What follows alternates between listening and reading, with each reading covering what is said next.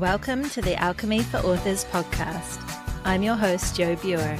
If you're an author, aspiring author, writer, or wordsmith, you're in the right place. Join me as I chat with authors and industry professionals and share my own experiences with using manifestation and mindset practices to supercharge our writing lives. We'll explore ways to overcome writer's block and imposter syndrome. We'll find motivation and inspiration to get our butts in the chair and our stories written. And most importantly, we'll embark on creating lives and livings doing what we love. If you've ever dreamed of a prolific, wealthy, happy or healthy author career or writing practice, then this show is for you. So let's dive into Alchemy for Authors.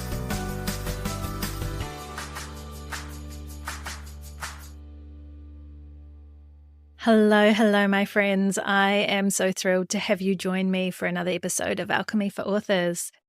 First, I thought this week I would share you a quick personal update because I think it's kind of important that I don't just talk to you about writing here on this podcast, but kind of maybe prove that I do actually write behind the scenes as well. So I have been on a break from the day job for the last couple of weeks, which means I have put all my attentions on prepping for the year ahead when it comes to my writing and what I want to achieve with my writing this year, making the most of this time before I go back to the day job. So a week ago, I finished up final edits on a Gothic novella, which I'd gotten back from my editor about a month ago. Now, this novella is similar in vein to my other short stories that I've written. It's a little bit kind of like Gothic literary fiction, I guess. And I actually wrote it when I had COVID. So at the time, I was pretty proud of it. But in my final edits here, I definitely went through the imposter syndrome of doubting the quality of it, I guess. But we will see. Sometimes, I think we're our own worst critics with these things.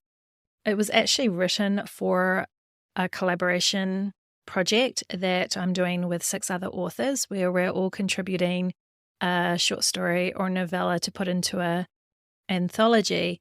And the 6 other authors that I'm collaborating with, they're all women authors and we all write in very different genres. So this compilation really crosses a lot of genres, which is really cool. In the next week or so, we will be actually offering this anthology to our newsletter subscribers. It's a bit of an experiment that we're doing to hopefully increase our signups. At the end of each of our stories is, of course, a CTA or links to sign up to our newsletters. So, of course, this will be going out to 6 other authors' newsletter lists as well, which is really cool. So it's cool for our readers because they get 7 really awesome stories to look through and expose them to different authors in different genres. And then hopefully we'll see, but we might get some extra signups from that, which is really cool. So if you're interested, you might want to consider signing up to my author newsletter. And you can do that just by going to my website at jobuer.com. But knowing that a lot of people do love freebies, but not everybody wants to join a newsletter, I am going to be putting just my novella on its own up for sale across different platforms as well. Probably an ebook, and I think I'm also going to try in paperback. So that is something that I've got in the works. I'm just waiting to get the cover back for my novella to sell on its own, hopefully in the next couple of days, and then I'll be taking some time to do all the front and back matter and the blurb and all the rest of it and looking at putting that out in the world. But if you're wanting that novella with 6 other awesome stories from other authors, then of course, if you want that for free, of course, consider joining my newsletter. I have also, over the last, maybe month actually, been putting in some pretty horrendous hours, if I'm honest, rewriting and editing my first paranormal cozy novel. I normally write Gothic fiction, and so this is quite a genre jump for me. There's no sex, there's no swearing.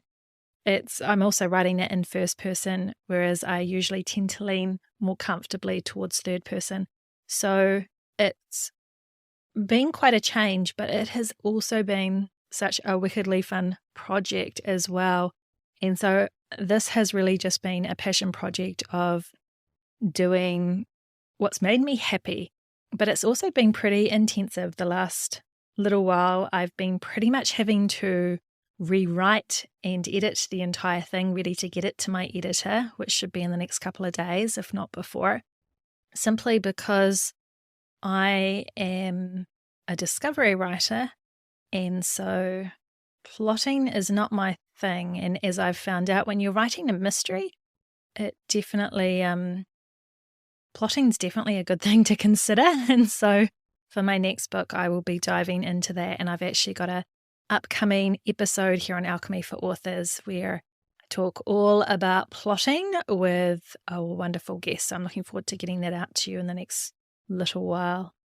So that is almost ready as I'm recording this to go to my editor, and then I pretty much sit there for, I don't know, it might be 2 weeks or it might be a month, however long, it takes her. I'm not in a rush, but I'll be nail biting, wondering how much I'll have to maybe rewrite and redo when I get it back. So that will be fun.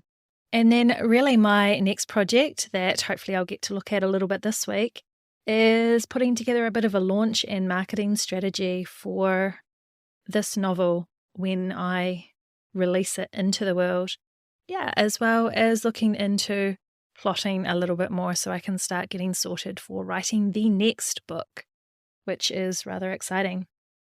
So as much as I'm loving all this work, like I said, it's been some horrendous hours, if I'm honest, and I almost feel like I am ready for a holiday from this holiday, I guess, before I go back to my day job. But yes, anyway, so I'm just going to say it again. But if you enjoy Gothic literary fiction, then absolutely go check out my website, jobuer.com. And if you do sign up to my newsletter, you actually get a free short story collection from me anyway. And then when this new anthology comes out with 7 of us authors, then you will be receiving a copy of that for free as well, which is really, really cool. Also, if you enjoy paranormal, cozy mystery stories, then maybe join up my newsletter as well so you can stay in the loop of what is happening with that book and when that gets released. So yeah, other than that, I have also been interviewing some pretty awesome guests for this show. And I have just had the amazing opportunity to be interviewed for another podcast, one that I really, really, really love and I'm a follower of, and it's in the genre of writing and everything. And I will be keeping you guys in the loop of what that is when that goes to air as well. So yeah, but I guess on to today's show, I have a wonderful guest for you. I am talking to author Kaur, and she is just so much fun and so delightful to talk with and really, really inspiring. Some of the wonderful things that she is going to share with us today are things like how Kelly got her book and poem sent to the moon. I mean, that's pretty epic on its own. How she went from dreaming about writing a novel for 20 years to writing one in 100 days. How she dances with rejection and keeps writing. And how she overcomes that resistance towards calling herself a writer. And why writing to connect is so much more exciting to her than making money. So when you are ready, I think go grab yourself a drink, find a comfy chair, settle in and enjoy the show. Hello, my lovelies. Welcome back to another episode of Alchemy for Authors. Today I'm chatting with prolific author Kaur. Kelly's novel, Letters to Singapore, was published by Stonehouse Publishing in May 2022. Her poems and works have been published internationally. Kelly's poem, The Justice of Death, was awarded honourable mention in the Creators of Justice Literary Awards, International Human Rights Art Festival in New York. She was selected for the Only Question Project, Mannheim, Calgary, and her story, The Kitchen is Her Home, was nominated for the Pushcart Prize 2022. and her works are also on the Lunar Codex project.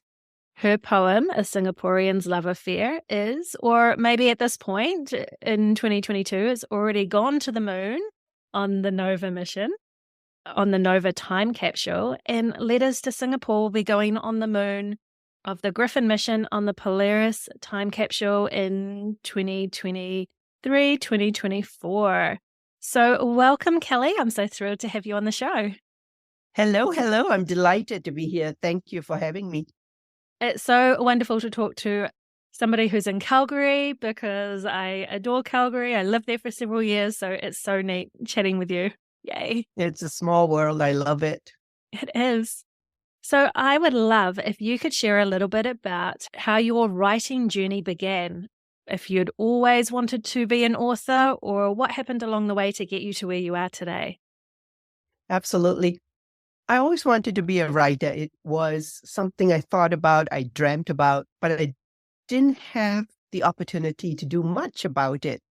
And about 20 years ago or so, I had a couple of poems published when I was in the university, and I was very excited.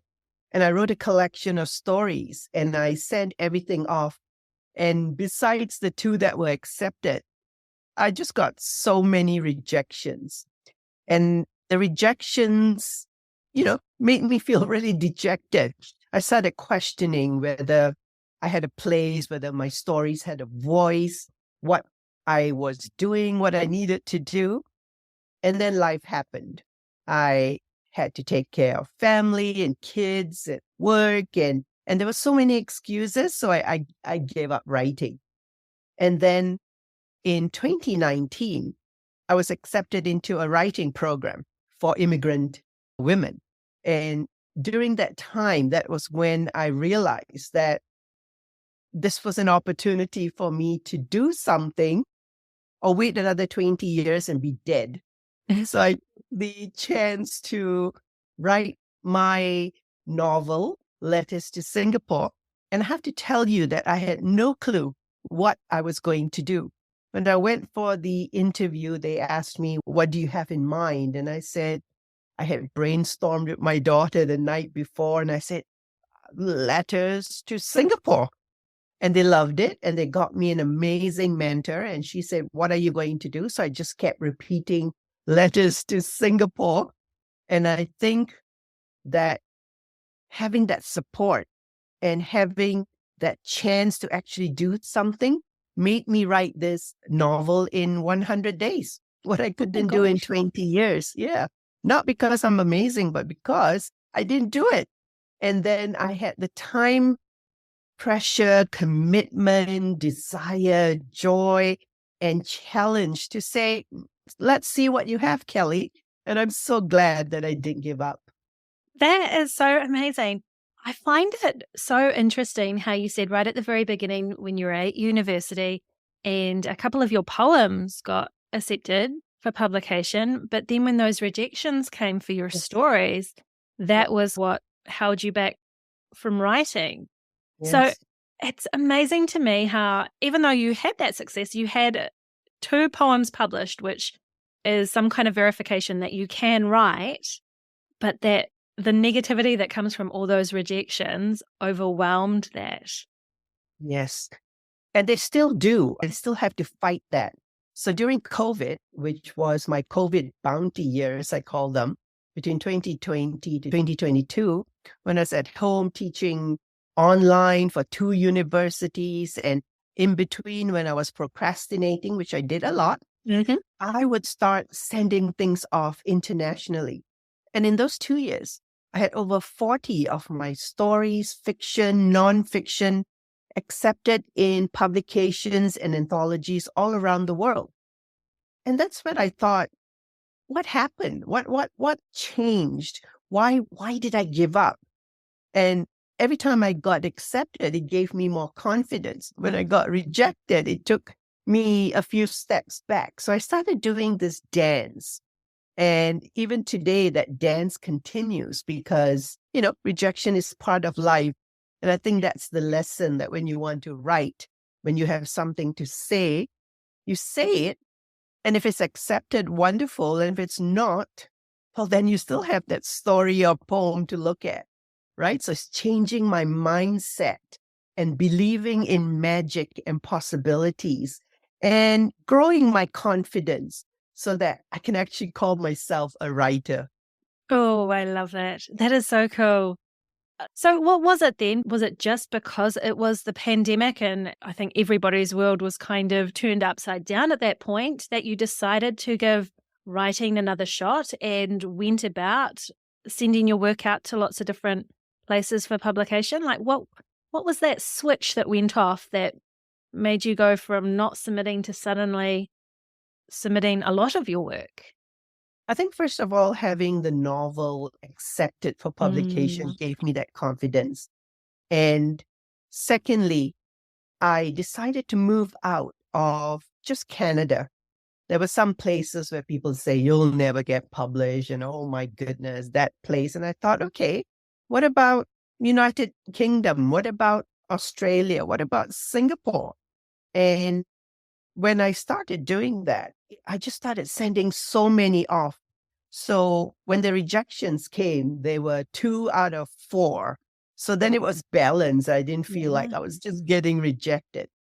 And I think I felt more confident about what I wanted to say. I'm interested in the outsider syndrome, about people who are immigrants, people who are women, people who are people of color. And obviously those are my experiences. And I thought, I have something to share. And if one person can share my journey, then that's good. I found that kinship that we all want when we read people's writing. And I think that the more I got accepted, the more exciting it became, and I became bolder, and I kept sending things off. So I had about 3 or 4 things published by the International Human Rights Art Festival. And from that, just a few weeks ago, I was invited to now be a preliminary reader for their ARAF Publishers website. So I don't know what happened from not writing to taking a chance to being published to now accepting people's writing from all over the world. And the only thing I can say for myself is, when you live your passion, doors open. And when they open, you have to take a chance and go through them. And they just keep opening. And I'm just so excited. Oh, I so love that for you. And I totally agree with when you live your passion. It's amazing what opportunities just open up and come your way. I think when we're living our passion, when we're doing that thing that lights us up, we're happier. And so we see those positives more often too. And it's just like the universe just conspires really to help us out, doesn't it? The things just happen easier. It is. And I've become bolder Mm. and more stubborn, and I want to take chances. So, for example, I went to Singapore and then I applied to launch my book at the Ubud Writers Festival in Bali. I had seen that festival for years and dreamt about it. So maybe manifestation, maybe Mm. your luck. So I sent in my application, and when I arrived in Singapore, I didn't even bring enough books. So when they said you're going to launch your book in Bali, the biggest festival in Southeast Asia, I think that's when I realized that dreams and magic were both happening to me. So I ended up buying my own book on Amazon.com, being sent to me in Singapore, going on this amazing trip and launching my book. Now when I think that I didn't write for 20 years, and then in this few years, all these things happen, that makes me say, keep on trying. Don't stop. Take a chance. Take a chance on yourself. So I met people at the Writers Festival who say, I want to write. And I look at them and I thought, that was me just 2 years ago, thinking I couldn't do it. So it's just wonderful. The journey is so heartwarming, and I'm so grateful. Oh, I just love hearing that. And I can just hear that passion in your voice. And I just love that you are able to live this life and inspiring others to do it too. Because I think that is something that a lot of us do regret, is that we can let our own negative thoughts and that towards our writing and our potential hold us back and stop us from doing those things that we really, really love. Because I know for myself, I talked about wanting to be an author and wanting to write my entire life. And then it wasn't until 2020 that I actually got off my butt Mm. and made it happen. Right. Yeah. And when you think about not wasted years, but those years when you could have been so much happier because you were just believing in yourself a little bit more. Right. Yeah. And it's not easy because I have to write something else right now. And I'm so immersed in it. I literally wrote 3 stories in my sleep. When I woke, I couldn't remember anything, but I can't believe that it became part of my subconscious. I'm still struggling to actually sit down and write. So I'm not saying it's easy or magic happens that fast. It still requires the discipline and the time. And darn it, I wish I remembered those dreams. They were really good stories. I do that too all the Do time. you? Or when I because I usually write in the evenings, so my story will continue like writing itself while I'm sleeping. But then in the morning, I'm like, oh, I knew it was a really good idea and I knew what that next scene was, but I can't remember it now. So I, yeah, it's right. funny like that. So at what point then, because you sound like you're like most of us in that you've had some of that imposter syndrome and that little bit of doubting your abilities and that. So at what point were you comfortable calling yourself an author? At what point did you claim that title for yourself? I'm still a little bashful about it, but I think that because my book has received some success, it's been on Calgary and Alberta's bestseller lists. I've people reach out to me from all over unexpectedly to tell me how the book affected them or what they liked about it. Then I think, yeah, I am a writer. And Yes. the irony is, I teach university composition at Mount Royal University. And for 30 years, I make the students repeat after me, I am a writer. Oh, they always do that and they giggle. And when their writing improves, I see that confidence in them. So I like that you're asking me that Mm. because as I was saying that, I'm like, yeah, I mean, I have to hold my book up. So I mean, look, yeah. That's And, right. yeah. I love that. Have always felt that there's such a mindset shift when we give ourselves permission to accept that we are a writer, that we are an author. I was a little bit cheeky in that I made myself, and it was really out of my comfort zone, but I made myself claim that title as being an author Mhm. before I was really a published author. Like I hadn't written any Love that. books, but I'd Yes. had a couple of short stories published in a literary journal and that. But I was like, well, no, this is my intention. This is what I want to be, having written novels and that. So I'm going to claim that and just make that happen.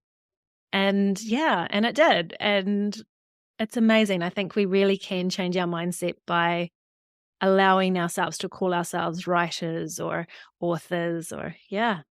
It's funny how I or one is resistant to that. Mm. I think that perhaps speaking for me as a woman, maybe we kind of, perhaps I'm apologetic because I think it's not good enough or, it should be better. Or perhaps coming from my culture and background where we don't talk much about ourselves. So it's that sense of discomfort that comes from who we are, our background. And on the other hand, you don't want to go around strutting and saying, I am a writer. I've got one book published. And so that's that being in the middle. And I think that middle is I'm happy. I'm proud of finally doing it for me. So grateful that people read my book and enjoy it. So I think once I reach that point, then saying I'm a writer becomes that gift that I give to myself, right? It's not something I claim. It's not something I deserve. It's something that I work for. So I'm a writer. Yep. I love it. I love it. And I love how you said that it is a gift that you give to yourself. Yeah. And I love that you are having your students repeat that, because I'm not a university teacher, but I am a teacher of 12-year-olds at the moment. And I quite often get them to say similar things, to believe that they are writers. You've written before, you can write again, and you're getting better every day. So, Yeah. I yeah. think writing is such interesting things we do because we write. It's very subjective. It's who we are. There are bits and pieces of us in it. So when people say not very nice things, then it becomes something that's hard to deal with, right? The reviews or Yeah. the comments.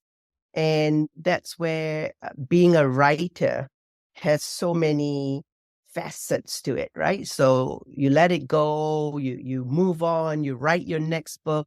I remember my mentor said, okay, so you have a book published. All right, write the next one, write the Yes. next one.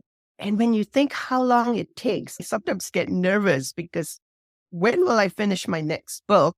And it will take 1 to 2 years before it actually shows up Mhm. if you're not self-publishing, if you're going through a publisher. So it's a very long process, it's not instant.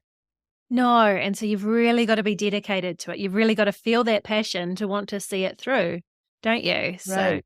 yeah. Right. I know. And I'm just realizing, even though we are all writers, and I love that you have this opportunity to speak to writers and to connect us. It's such a lonely thing, isn't it? I think about it. I want to write. I feel bad. I know I should sit down and then I watch Netflix Oh, or BritBox, yeah. right? Because it's too much work. So we are connected as writers, but it is such an isolated vocation or job that we do. And it's so ironic. It is. It's really unusual. And the more authors and writers and that I talk to, we all seem to have very similar paths to it. We Right. have those same insecurities. We have those same or similar things that really light us up, and those same challenges that we come across as well. So Right. I did want to ask you, what was the most challenging part of getting your latest novel written or published? Like, was there something that was a little bit more challenging along the way? I have to say that a lot of luck was involved. And I must have done the dance of luck because when I wrote my novel, I really did not think anything would happen to it. Because now when I do, I thought I should have done this. I should have changed the names. I should have put in a few more stories here. But when I was going through the process, I thought, okay, let me write the book. And my mentor said she liked it, but she has to because, she's mentoring me. And then when I sent it out, the first publisher that I sent it to accepted it. And so I was just very lucky. And then it was launched. So the difficult thing, I think, for me is realizing I don't know what happens. I'm a first time writer. Now I wrote the book. Now what? Okay, I got published. Now what? So I got published. Now launching. What's that? Now what do I do? So I think it's just learning what next. And I always say to myself, there are 100 new writers and books that come out every day, Oh, right? yeah. And you write a book, so what? You write a book, oh my God, you write the book, you win awards, you don't, somebody cares, nobody cares. So it's such a crazy relationship. So the difficult thing or challenging thing for me is, what do we do? What now? What's the next book? And how come some people take it to the top? Some people don't. Some people read your books, some don't. So it's a curiosity as a new writer and a newbie. Oh, I love that. That's so fascinating too, because they're all really good questions for us to reflect on about our author journey, or what we want at the, like what we're actually striving for. Because for some people listening to this, it might just be writing one book and having one book out in the world. And for a whole lot of others, it is we might want a career from doing this, or we might have lots of things that we want to say. So we want to put out lots of novels and books and poems and everything too. So we're all on different journeys. So I think reflecting on, what it is that we are striving for and what that next step is to lead us towards that is so important. Yeah, and for me, I think one of the big things is I really don't care about the money. I know it's Yeah. not going to be a Harry Potter, and of course, I want to be the billionaire, but that's not my motivation. So when people say you're going to be rich and how much you're going to make, I'm like, no, I probably spend more money than get the money in, but that's okay because my story is about women. It's about women between 1985 to 1988, Indian women, Chinese women, women from Singapore, stories that have been invisible and unheard. And just to have it out there and people talk to me, and no matter where they are in the world, I just can't believe. And that's the most exciting thing as a writer, that we connect. I have someone in Calgary say, I came from a small farm outside of Calgary. I know what you're talking about. I went skiing. I know what you're talking about. I can't believe women's rights or women are still going through a tough time. I know what you're talking about. And that was my fear when I wrote. I thought, who wants to hear about women from Singapore or arranged marriages? And people say, I didn't know. I never knew. Or this is what happened to me as well.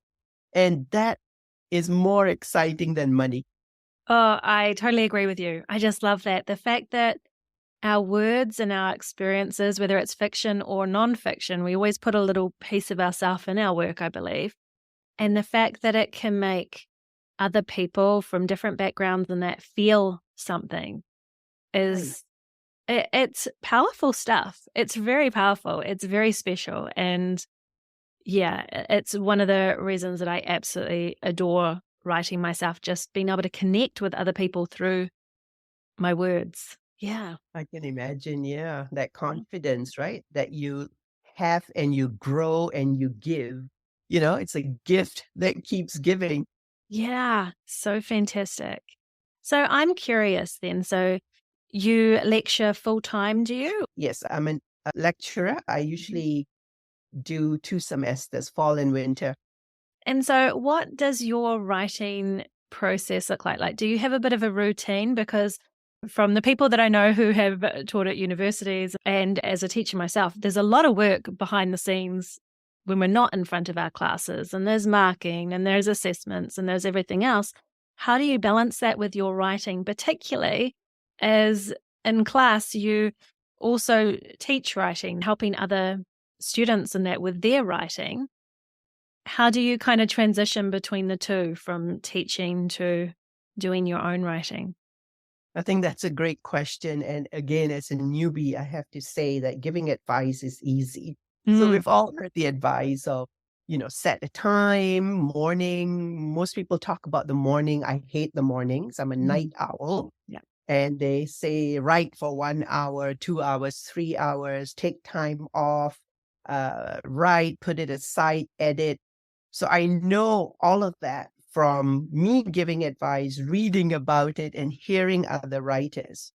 I have to say, I just follow what works for me, which is I sit down, I find some time, and then I just write.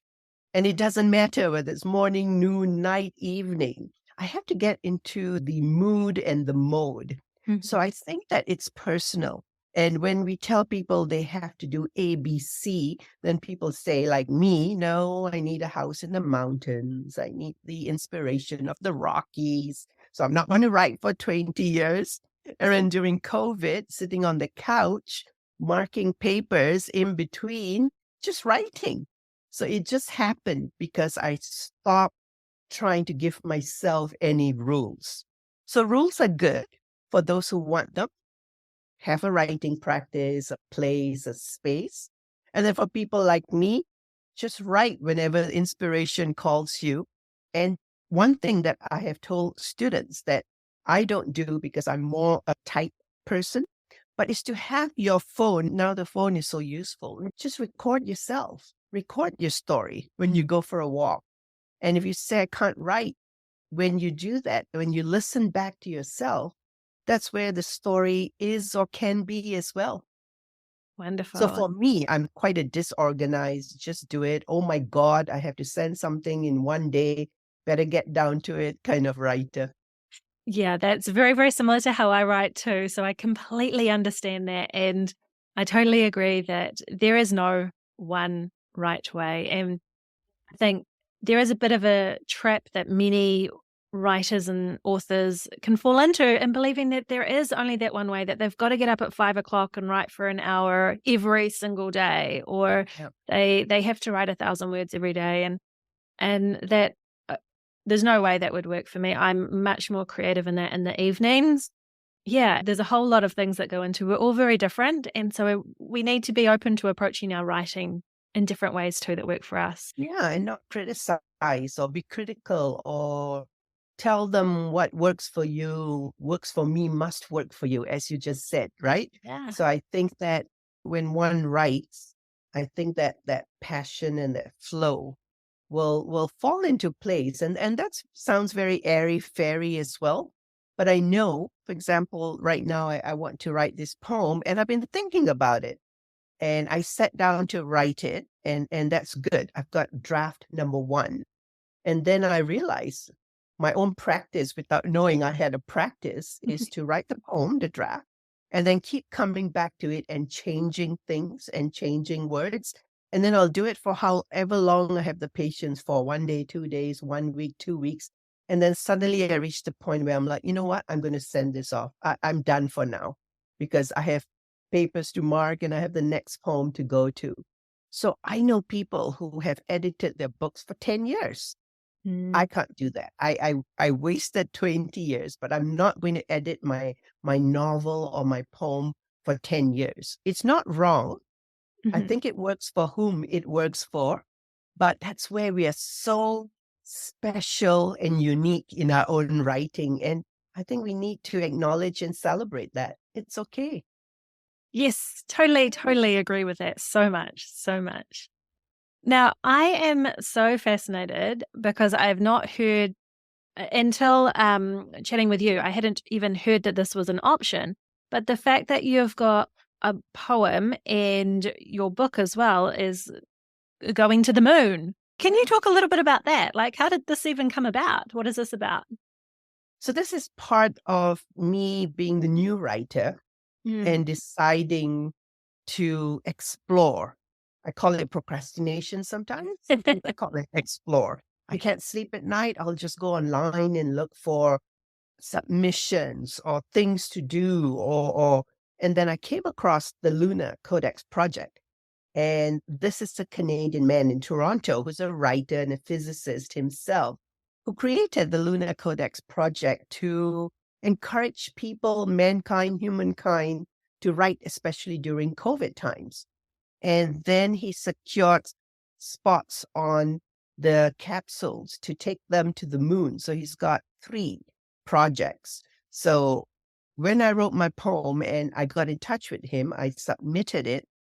He was really wonderful in accepting my poem because he could understand. He knew Singapore. He knew about the specific food I was mentioning. And he wanted writers and voices from all over the world. So I have that Singapore Canadian component. Mhm. So he was very welcoming and agreed to include my poem in one of the capsules, the mission, the Nova mission. And then when my book came out, the same thing happened. And I think because of his desire to include people from all over, I can't remember the numbers, I think over 200 countries, and writing and dance and music and art, he wanted to send them all up to the moon to be housed there permanently as a encouragement and inspiration to aliens and to anyone else who will find these works and say, wow, look at the beauty, look at the beauty of humanity, look at how wonderful human beings are in creating. And he was so delighted this Lunar Codex project that he was so delighted at how writers were so happy at being included. So it's just a joy that kept on giving. So I'm really fortunate to have two pieces going up forever. Really, just a proud moment.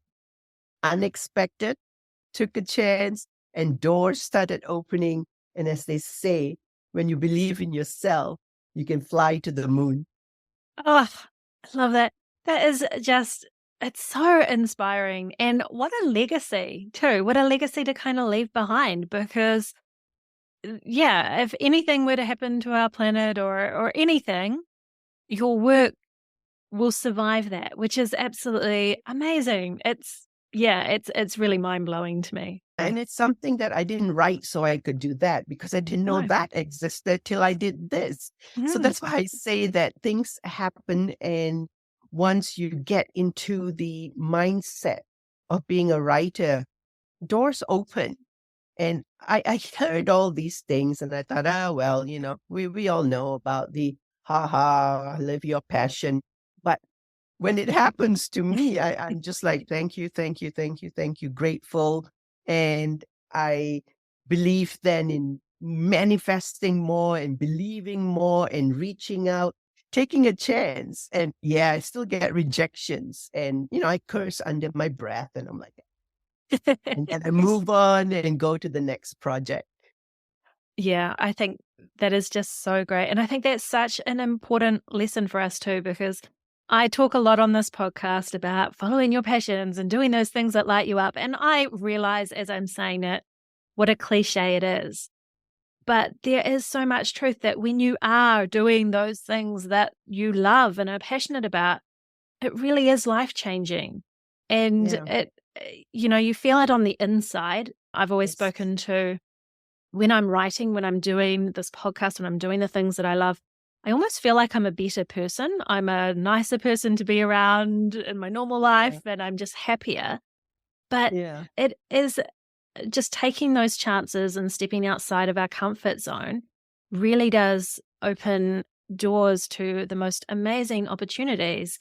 And I know for myself, just taking the chance, even doing this podcast, the amazing people like yourself that I get to talk to and learn from is just, yeah, phenomenal to me. So, as much of a cliche as it sounds, I still just recommend people just do it, do that thing that you love.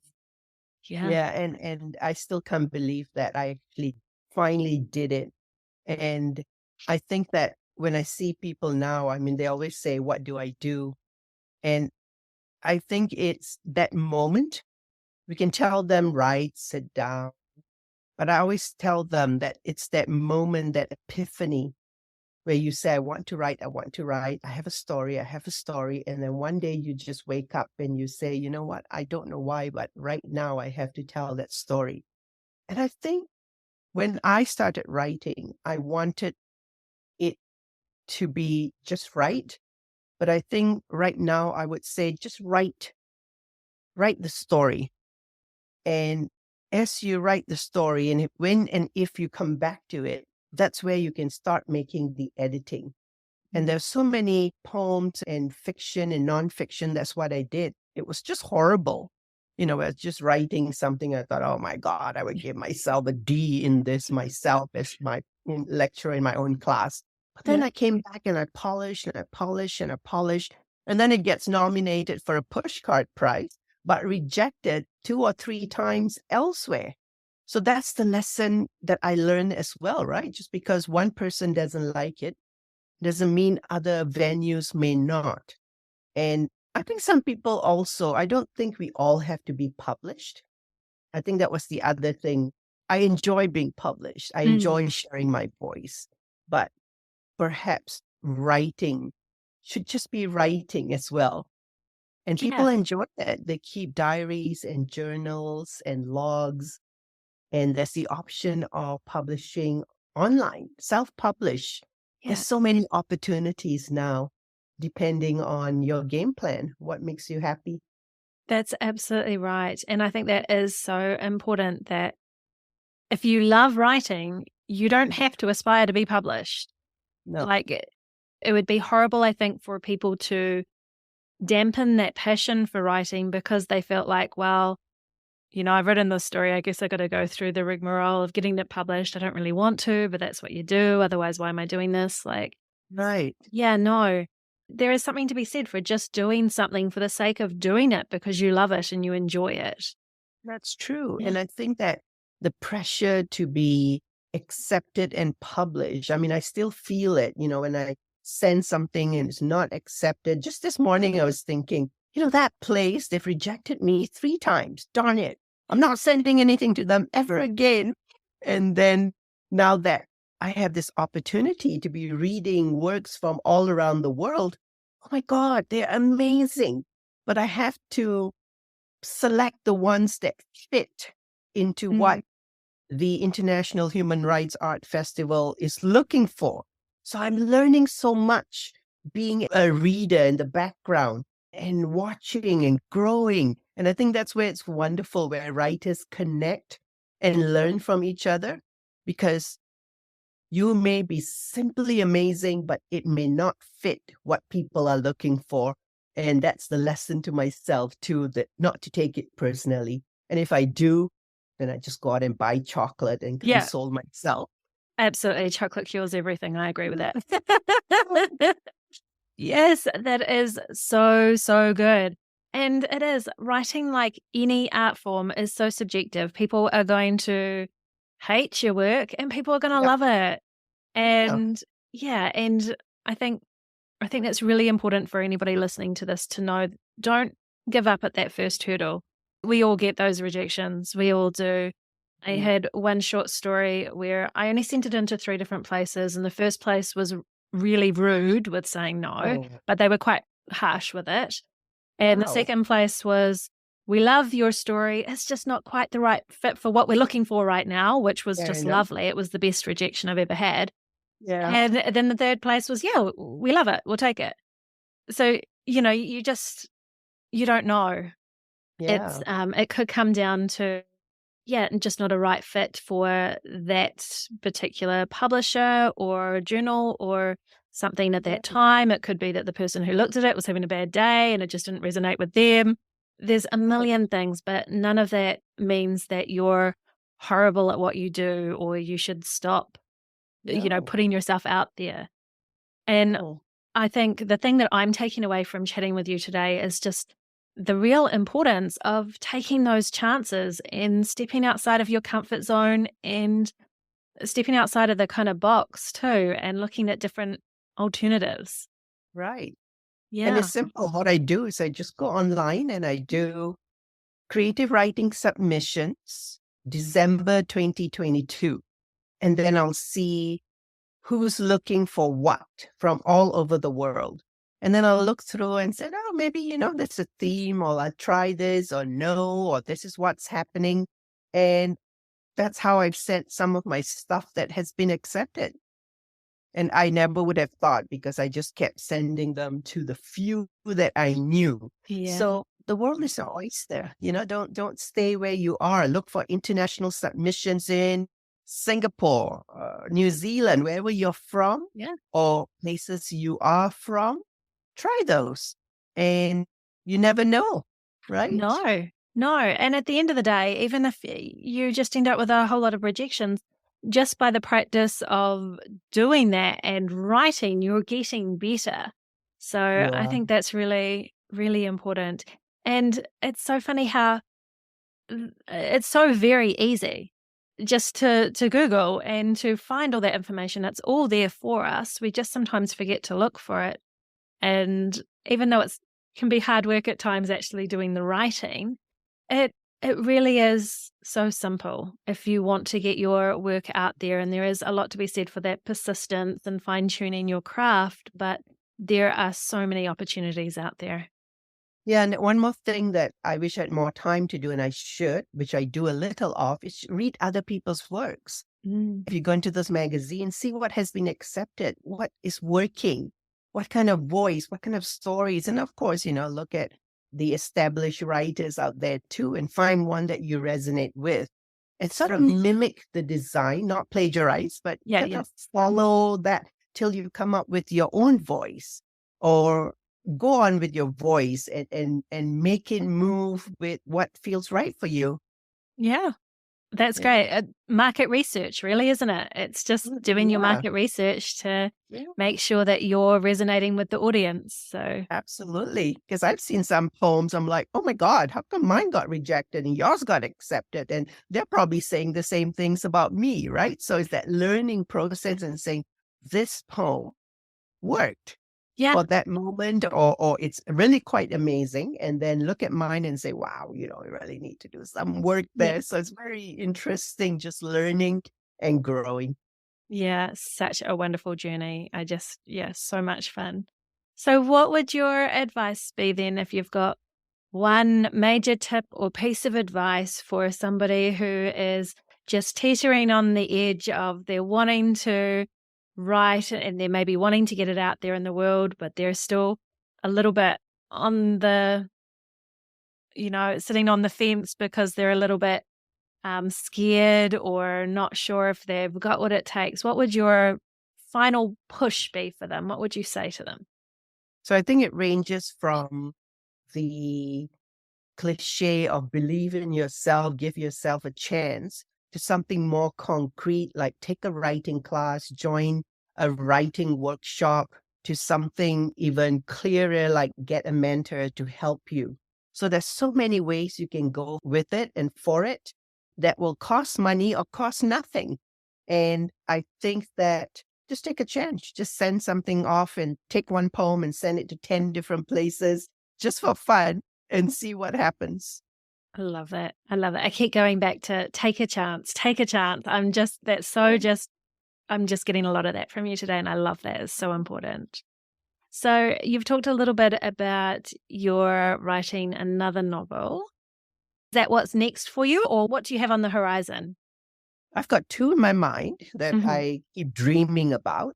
I like setting it in my country. It's my two favorite countries, Singapore and Canada. So I'm trying to come up with stories, and that's why I spent a lot of time in Singapore to kind of immerse myself. I was stalking people, talking to them, listening, getting stories, and then I'm trying to see what to do with that information that I have, because it's so different, right? When you have two different cultures, two different ways of speaking and thinking and believing. Now I'm trying to find out how to craft them into stories. So that's something new for me too. I'm learning, and I've been reading short stories as well. So it's a long process. It's challenging. And that some days I'm frustrated, some days I'm excited. So the ambivalence continues, but I'm committed to coming up with the stories because I think that there are some beautiful messages and connections in the stories that I felt when I was thinking about them. So fingers crossed. Yeah, that's so exciting. So exciting. And in the meantime, while you're working on these bigger projects, you're also still going to be writing your poetry and submitting as Yes. well?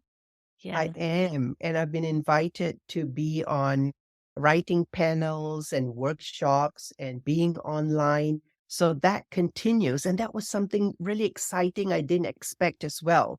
The opportunity to step on the outside and even just being with you. Just Yeah. so wonderful to share, because as I'm talking to you, I feel that passion come back. And it's wonderful for me. And it's so grateful that you allow me that platform to share my ideas and my passion. So thank you. Oh, my pleasure. This is honestly, I get such a buzz from chatting with people, and this has been so much fun. So, yay. Well, I am going to wind up here, but I would love if you could share where people can connect with you and where they can find your novel and find some of your other works as well. Yes, definitely. So I have a website. It's www.kellycore.com. I'm also on LinkedIn. And if you Google me, I teach at Mount Royal University. You'll find my email. And so those are all the different ways of getting in touch with me. Wonderful, wonderful. And I'll make sure that all those links, including the links to Letters to Singapore, are in the show notes as well, so people can check that out. Yes, and if you do read it and want to drop me a line or two to tell me how how you felt, or if you felt any connections, I would truly appreciate it. Wonderful. And leave reviews, people. We all we all need leave Yeah, reviews. people don't do that and always leave people alone because it's it's something as writers we know that it's what makes you happy. So Yeah. yeah. Wonderful. Well, thank you so much for coming on to today's show. It has just been so wonderful to talk to somebody who's just so passionate about the wonderful writing life they've created for themselves. So thank you, Kelly. And please don't wait 20 years, people. No. Write. And thank you so much. And have a wonderful, wonderful time. And it's cold and frozen here, so send me warm hugs. Will do. Wonderful. So here are some takeaways from today's show. 1. Rejection is a part of life. Your writing is not going to be a fit for every publication. Do the work, keep submitting, and celebrate the fact you wrote something. 2. When you live your passion, doors open up. Your job is to take a chance and go through those doors. 3. Repeat to yourself often, I am a writer. Give yourself the gift of believing it. 4. When it comes to your writing practice or routine, do what works for you. There are no rules. We all work differently, so embrace that. 5. Push aside perfectionism and write. Magic happens in the editing. 6. Google submissions online and be broad. Look internationally to widen your opportunities and better your chances for publication. So I hope you enjoyed that episode. I found Kelly so inspiring and engaging to talk to and will definitely be endeavouring to take a chance more often. Now, as always, if you've enjoyed this episode, you can support me and the show by sharing with a friend, rating or reviewing, tagging me on social media, or buying me a coffee. All those links will be in the show notes, and you can find a transcript for this episode on my website at jobuer.com. So finally, I just want to mention, if you haven't already, you can also download a free copy of my PDF, Manifestation for Authors, Tips and Tricks to Supercharge Your Author Life Using the Law of Attraction, when you join my Alchemy for Authors newsletter. So you will also find the link for that in the show notes below. But until next time, I am wishing you a wonderful writing week ahead, my friends. Bye.